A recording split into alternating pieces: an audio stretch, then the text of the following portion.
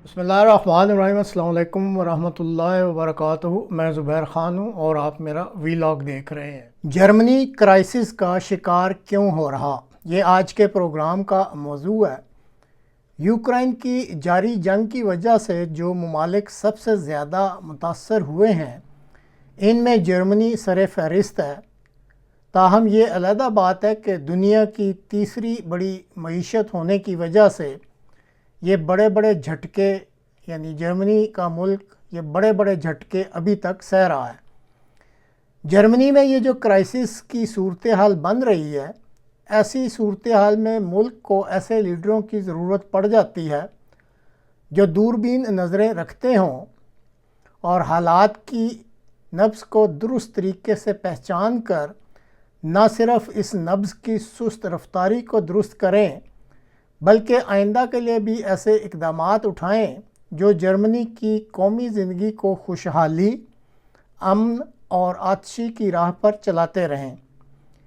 Germany में जो इस वक्त सूरत हाल चल रही है, इससे मौका शनास सियासी पार्टियां और उनके रहनुमा अपने अपने मफादात को सामने रखते हुए वक्ती फ़ायदा उठा सकते हैं, लेकिन पूरी कौम के लिए ये मौका शनास और वक्ती फ़ायदा उठाने वाले लीडर हमेशा नुकसानदेह ही होते हैं।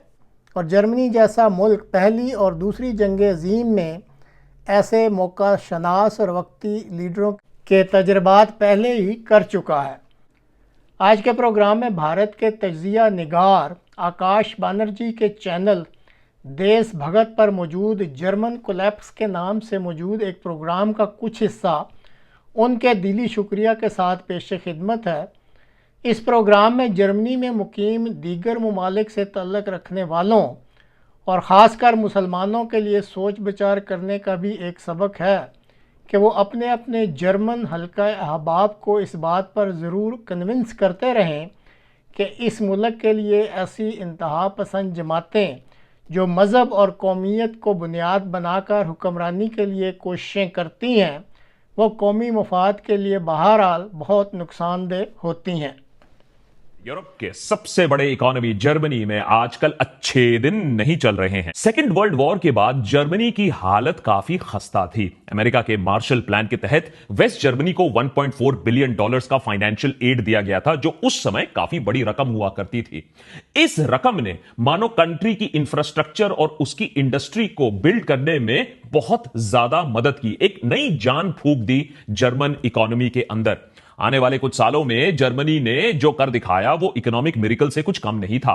1948 में करेंसी रिफॉर्म और मार्केट ओरिएंटेड पॉलिसीज ने इकोनॉमी को स्टेबलाइज किया। वेस्ट जर्मनी ने अपना फोकस सोशल मार्केट इकोनॉमी पर रखा, जिसमें फ्री मार्केट कैपिटलिज्म के साथ साथ सोशल वेलफेयर भी बैलेंस किया गया। की सेक्टर्स ऑटोमोटिव मशीनरी, इंजीनियरिंग बहुत रैपिडली ग्रो करने लगे और टेक्नोलॉजिकल इनोवेशन और स्किल्ड वर्कफोर्स की वजह से वेस्ट जर्मनी दुनिया का टॉप इकोनॉमी में अपना नाम शामिल कर पाता है। पूरे 1950s में Germany 8% annual GDP growth register करता है। आने वाले दशकों में भी वेस्ट जर्मनी का इकोनॉमिक ग्रोथ काफी इंप्रेसिव रहा। फोक्सवैगन, बीएमडब्ल्यू, मर्सिडीज जैसी कंपनीज इसी एरा में खूब ताबड़तोड़ ग्रोथ करती हैं, जर्मनी का इकोनॉमिक माइट का सिंबल बनती है। लेकिन 1989 में बर्लिन वॉर गिरने के बाद और 1990 में रीयूनिफिकेशन के बाद ईस्ट जर्मनी के हिस्सों को भी ग्रोथ स्टोरी में शामिल होने का एक मौका मिलता है। इनिशियल स्ट्रगल्स के बाद मिड 1990s तक जर्मनी की इकोनॉमी ने फिर से रिकवर करना शुरू कर दिया, जो कि फिर से लार्जली एक्सपोर्ट्स, मैन्युफैक्चरिंग सेक्टर्स इस पर ही डिपेंडेंट थी, स्पेशली इंजीनियरिंग और ऑटोमोटिव इंडस्ट्रीज। 2010 आते आते जर्मनी यूरोप का इकोनॉमिक लीडर बन जाता है। यूरोप का सबसे बड़ा इकोनॉमी अपने एक्सपोर्ट ड्रिवन ग्रोथ और फिस्कल डिसिप्लिन के दम पर पूरी दुनिया के लिए एक मिसाल बन जाता है। आज भी जर्मनी यूरोप की सबसे बड़ी इकोनॉमी है, ग्लोबली थर्ड लार्जेस्ट इकोनॉमी है, लेकिन फिर कोविड-19 और यूक्रेन वॉर, इसके बाद उसकी ग्रोथ स्टोरी को लगता है किसी की बुरी नजर लग जाती है। फोर्ब्स रैंकिंग की माने तो फाइनेंशियल ईयर 2024-2025 जर्मनी का एस्टिमेटेड ग्रोथ फिगर 0% है, एब्सोल्यूट जीरो।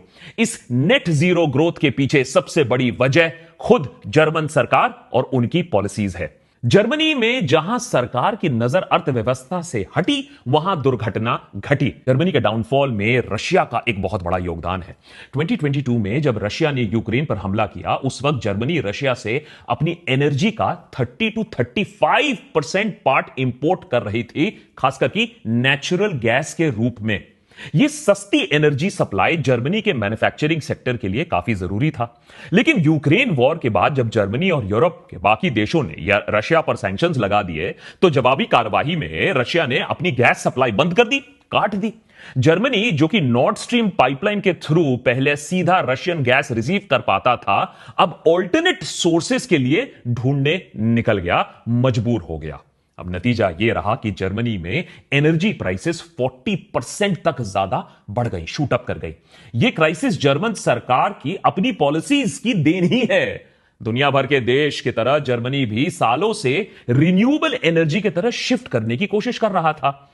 एनिश्विंडी या एनर्जी ट्रांजिशन के तहत जर्मनी ने 2030 तक रिन्यूएबल सोर्सेस के जरिए एटलीस्ट 50% से ज्यादा एनर्जी नीड्स फुलफिल करने का एक एम्बिशियस टारगेट रखा था। लेकिन इस एनर्जी ट्रांजिशन का एक यूनिक कंपोनेंट था न्यूक्लियर एनर्जी।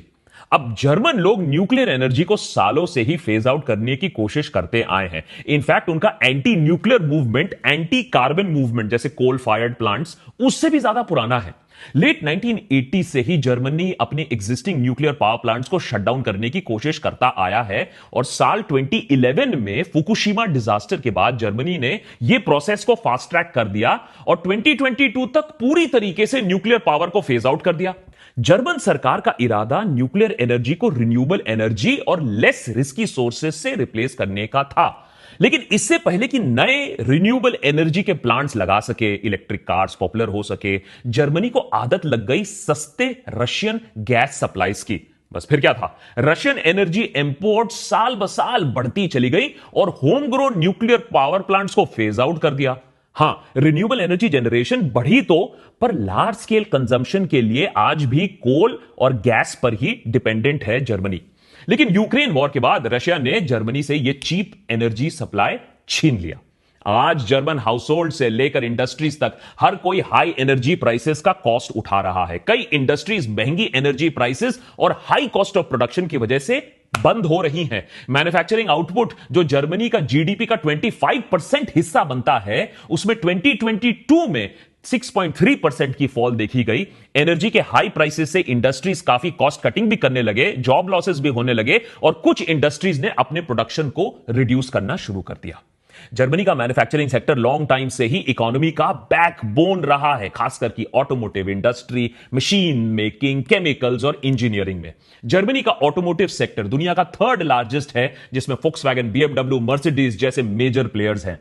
साल 2021 में पैंडेमिक प्रेशर के बावजूद जर्मन ऑटोमोटिव इंडस्ट्री ने 117 बिलियन यूरो का एक्सपोर्ट दर्ज किया था। लेकिन हाई कॉस्ट ऑफ प्रोडक्शन और इलेक्ट्रिक व्हीकल ट्रांजिशन की वजह से जर्मन कंपनीज को मेजर चैलेंजेस का अब सामना करना पड़ रहा है। और सिर्फ ऑटोमोबाइल्स ही नहीं, पूरे जर्मनी का इंडस्ट्रियल प्रोडक्शन 2018 से अब तक 9% के आसपास गिर चुका है। यहां भी एक सीख है कि किसी भी एक देश से पावर या इंपोर्ट्स पर इतना निर्भर ना करो कि कभी भी कोई रुकावट हुई और तुम्हारी रीढ़ की हड्डी टूट गई। जर्मनी की आर्थिक समस्या सिर्फ आंकड़ों और रोजगार तक सीमित नहीं है, और ऐसा कभी होता भी नहीं है। इकोनॉमिक क्राइसिस का इंपैक्ट सोसाइटी और पॉलिटिक्स पर हमेशा पड़ता है।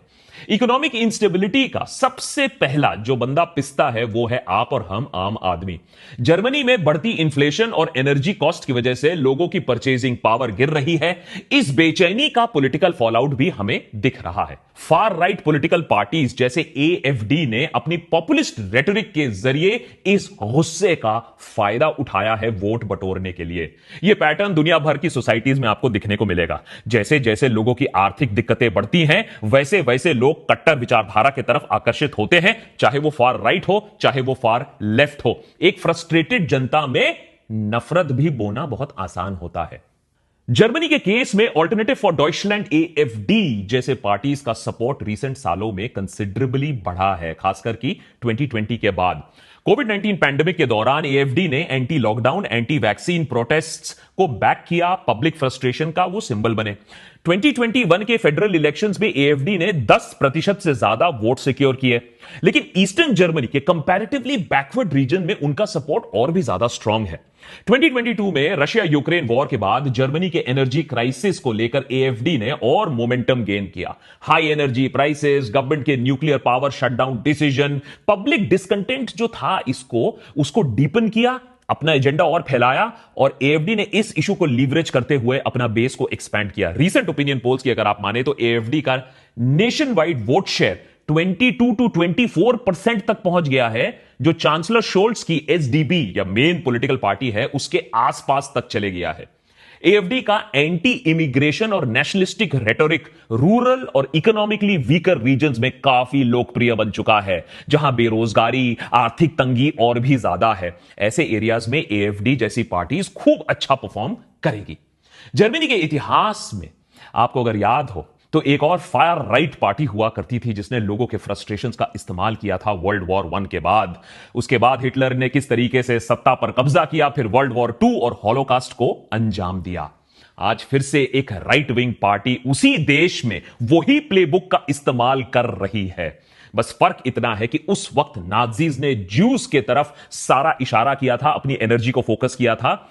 इस बार एएफडी माइग्रेंट्स, खासकर कि एशियन और मुस्लिम माइग्रेंट्स को अपना निशाना बना रही है, जिससे एक और एनिमी बने और वोट्स बटोरे जा सके।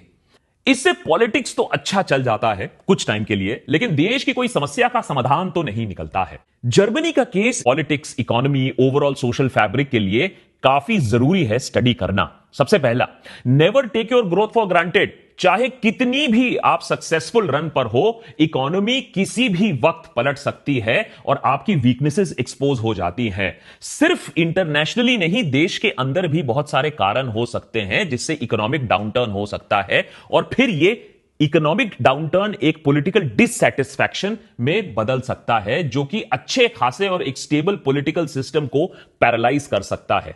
ऐसे में एक्सट्रीमिस्ट आइडियोलॉजीज तेजी से फैलती हैं, एक्सट्रीमिस्ट एलिमेंट्स पॉपुलर हो जाते हैं, and before you know Pakistan, Bangladesh, Sri Lanka जैसा एक बड़ा क्राइसिस आपके सामने आ जाता है। हर जगह बात मास रेवोल्यूशन तक भले ही ना पहुंचे, लेकिन एक फ्रस्ट्रेटेड जनता को एक्सट्रीमिस्ट आइडिया से मैनिपुलेट करना हमेशा आसान होता है। पिछले महीने डोनाल्ड ट्रंप ने री इलेक्शन होता है, और ऐसा ही ट्रेंड हमें अमेरिका में भी दिखने को मिलता है, जहां ट्रंप ने माइग्रेंट्स को मेन विलेन बनाया। और अब तो चुनाव खत्म भी हो चुके हैं, लेकिन अब पता चल रहा है लीगल आईटी प्रोफेशनल्स, बहुत सारे जो वहां के सिटीजन्स बन चुके हैं, उन्हें भी निशाना बनाया गया है, क्योंकि एक बार ये हेट का जीनी बाहर निकल जाता है तो उसे वापस डालना बहुत मुश्किल होता है।